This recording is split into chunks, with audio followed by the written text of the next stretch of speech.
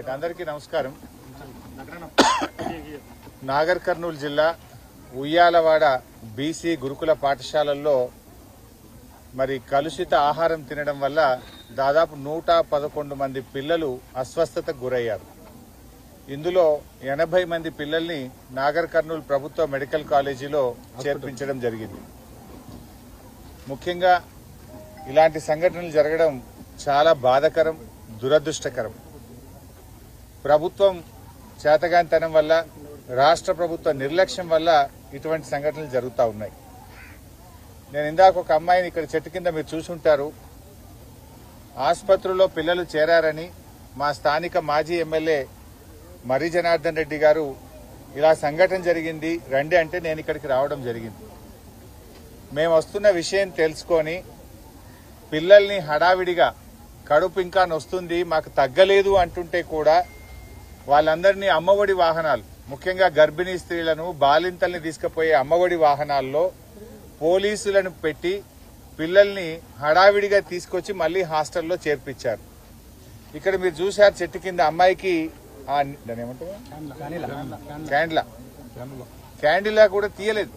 యాక్చువల్గా ఎప్పుడు తీస్తాము, పేషెంట్ మంచిగా అయినాక ఆ క్యాండిలా తీసేసి స్టేబుల్ అయినాక ఇంటికి పంపిస్తారు జనరల్ గా.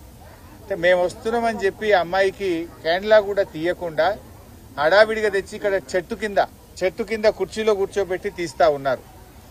ఎందుకంత భయము అంటున్నా, ఎందుకు దాచిపెట్టే ప్రయత్నం చేస్తున్నారు అంటున్నా. దాచిపెట్టడం ద్వారా కాదు కదా, సమస్యను పరిష్కారం చేయండి, పిల్లలకు మంచి భోజనం పెట్టండి. ప్రతిపక్ష నాయకులు వస్తున్నారనో, ప్రతిపక్ష శాసనసభ్యులు వస్తున్నారనో పిల్లల్ని హాస్టల్లో పంపించడం కాదు కదా చేయాల్సింది.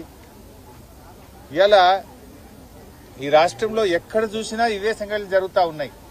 ఇదే నాగర్ కర్నూలు జిల్లాలో నిన్నగాక మొన్న పెద్ద కొత్తపల్లి హాస్టల్లో మరి విషపూరితమైన ఆహారం తిని పిల్లలు ఆసుపత్రి పాలయ్యారు.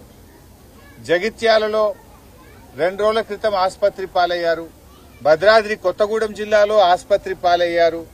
హుజూరాబాద్ లో బీసీ గురుకుల పాఠశాల పిల్లల్ని ఎలుకలు కొరికిన పిల్లలు ఆసుపత్రుల పాలయ్యారు. అంటే ఏంది, అన్నం పెట్టలేరు, ఎలుకలు కొరికేటట్టు పరిస్థితుల్లో పిల్లల్ని మీరు ఉంచదలుచుకున్నారా? రోజు అంటే ఏ రోజు పేపర్ చూసినా టీవీ చూసినా ఏదో ఒక చోట రాష్ట్రంలో కలుషిత ఆహారం తిని ఆసుపత్రి పాలైన పిల్లలు, ఎలుకలు కొరికి ఆసుపత్రుల పాలైన పిల్లలు, చనిపోయిన పిల్లలు అని చెప్పి మనం చూస్తా ఉన్నాం. 20 నెలల రేవంత్ రెడ్డి ప్రభుత్వ హయాంలో 100 మంది గురుకుల పిల్లలు చనిపోయారు. ఏం రేవంత్ రెడ్డి, నీ గుండె అంత రాతి గుండెనైంది? ఇంకెంతమంది చచ్చిపోతే నీ గుండె గరుగుతుంది అని నేను అడుగుతా ఉన్నా. 100 మంది పిల్లలు చనిపోయినా నీ గుండె గరగదా? ఈ పిల్లల గురించి నువ్వు పట్టించుకోవా?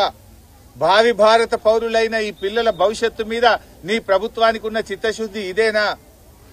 3 లక్షల కోట్ల బడ్జెట్ ఉన్న ఈ రాష్ట్రంలో ఈ ఎస్సీ ఎస్టీ బీసీ పిల్లలకు కడుపు నిండా అన్నం పెట్టడం నీకు చేత కాదా?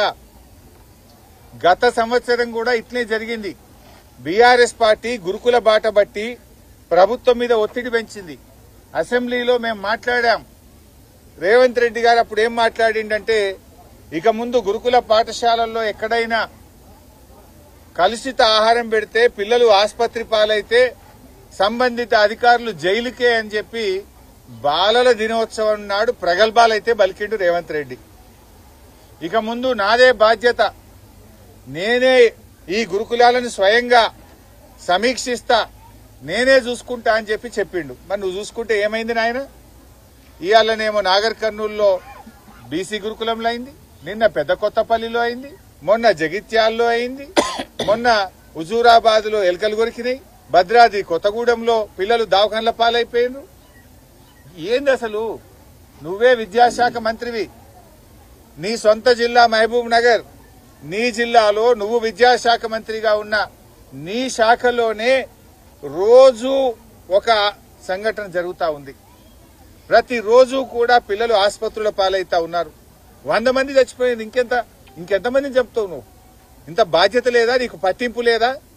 అరే అందాల పోటీలు పెడితే ₹1,00,000 ప్లేట్ భోజనం పెట్టినావు, ఈ పిల్లలకు 100 రూపాయలు పెట్టి కడుపు నుండి అన్నం పెట్టే శాతం అయితే లేదా? అందాల పోటీలు జరిగితే అందాల భామలను చూడడానికి 5 సార్లు పోయినావు. మరి ఈ పిల్లలు దవాఖానలలో పడుతుంటే ఈ పిల్లల్ని చూడడానికి నీకు టైం దొరకదా? అందాల భామల దగ్గరికి ఉరుకురికి పోయినావు, 5 సార్లు పోయినావు.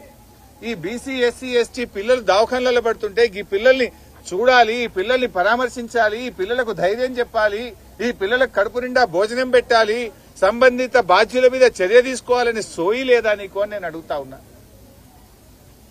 ఏంది అసలు నువ్వు చేస్తున్నది? ఇప్పుడు కేసీఆర్ ఆనవాళ్లు మారుస్తా అన్నావు. ఏం మారుస్తావు నాయన? ఆనవాళ్లు మార్చుడంటే గురుకులాల నుంచి టీసీలు తీసుకొని బయటకు పోవుడా? ఆనవాళ్లు మార్చుడంటే గురుకుల పిల్లల్ని పొట్టన పెట్టుకోవడమా? ఆనవాళ్లు మార్చుడంటే గురుకుల పిల్లల్ని రోజు దవాఖాన్ల పాలు చేయడమా? కేసీఆర్ గారు ఉన్నప్పుడు 284 గురుకులాలుంటే 1023 గురుకులాలకు పెంచిండు. కేసీఆర్ గారు 1,60,000 మంది పిల్లలు చదువుతుంటే తన హయాములో ఈ పిల్లలను గురుకుల పాఠశాలల్లో 6 లక్షల మందికి పెంచాడు.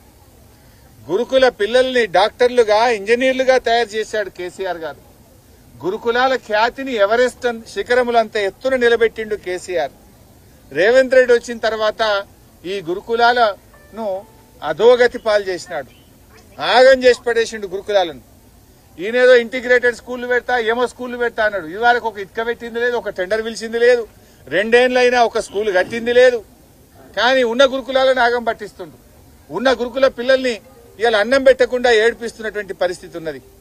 ఇప్పుడే ఒక అమ్మాయి, ఏం పేరు, ఒక తల్లి కలిసింది, రూప, బండాయిగుట్ట గ్రామము, కొల్లాపూర్ అని చెప్పింది. వాళ్ళ బిడ్డ ఇంటర్మీడియట్ 2nd ఇయర్ అవుతుందట. ఆ బిడ్డను తోలుకపోతాను వచ్చింది.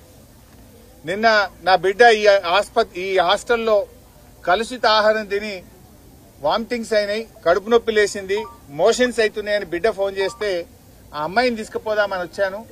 పొద్దున టిఫిన్ పెట్టారు. ఇలా మెనూ ప్రకారం పెట్టాల్సిన టిఫిన్ ఏంది? ఇలా పూరి చపాతీ పెట్టాలి. పెట్టింది ఏంది?